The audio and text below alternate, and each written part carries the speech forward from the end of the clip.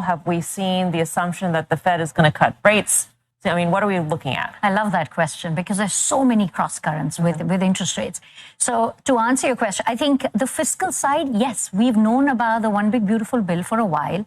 I would say it's largely priced in. We also know that we're getting tariff revenues. And the total cost, the total amount that we can get from the tariff revenues, the CBO is projected 2.8 trillion versus the one big beautiful bill cost of about 3.2 trillion. So actually they almost kind of offset each other. You look at the yield curve has steepened. So the market is pricing in that we have an unsustainable deficit trajectory. The deficit is a lot. And so I think that curve has steepened. We're pricing in fiscal. On tariff, I think the market has a little bit of tariff headline fatigue. And I think if you look at the underlying economy, the economy is slowing, but we're in subtrend. We're not talking about recession. A lot of those tail risks have been taken off. Inflation, the big concern around tariffs was this is a stagflationary shock. Inflation's actually come in weaker the last few months. So I think that's why that front end of the curve is still pricing in Fed rate cuts.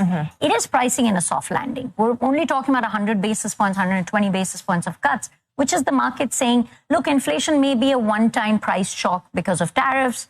The economy is slowing. The Fed's going to do those good news rate cuts. And I think that's how you can square where the Treasury market is versus where sort of risk assets are. In terms of...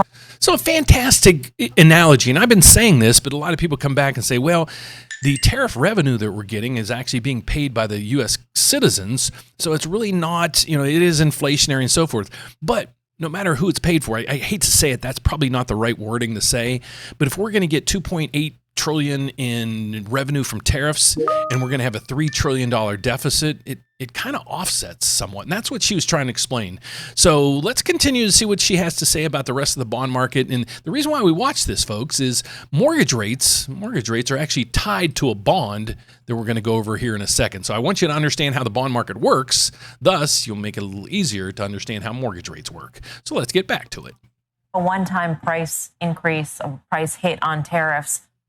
Is there an assumption that tariffs will be removed, or are we assuming that there's going to be some base level of tariffs permanently, and that is priced in?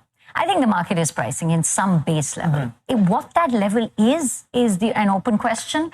I think 10% on the world and maybe 30% on China or transshipment. I think that might be baked in. To the one-time price shock, I think the U.S. is still a service economy. 75% of the consumption basket is services. So we're looking at service inflation, whether it's housing, ex-housing services.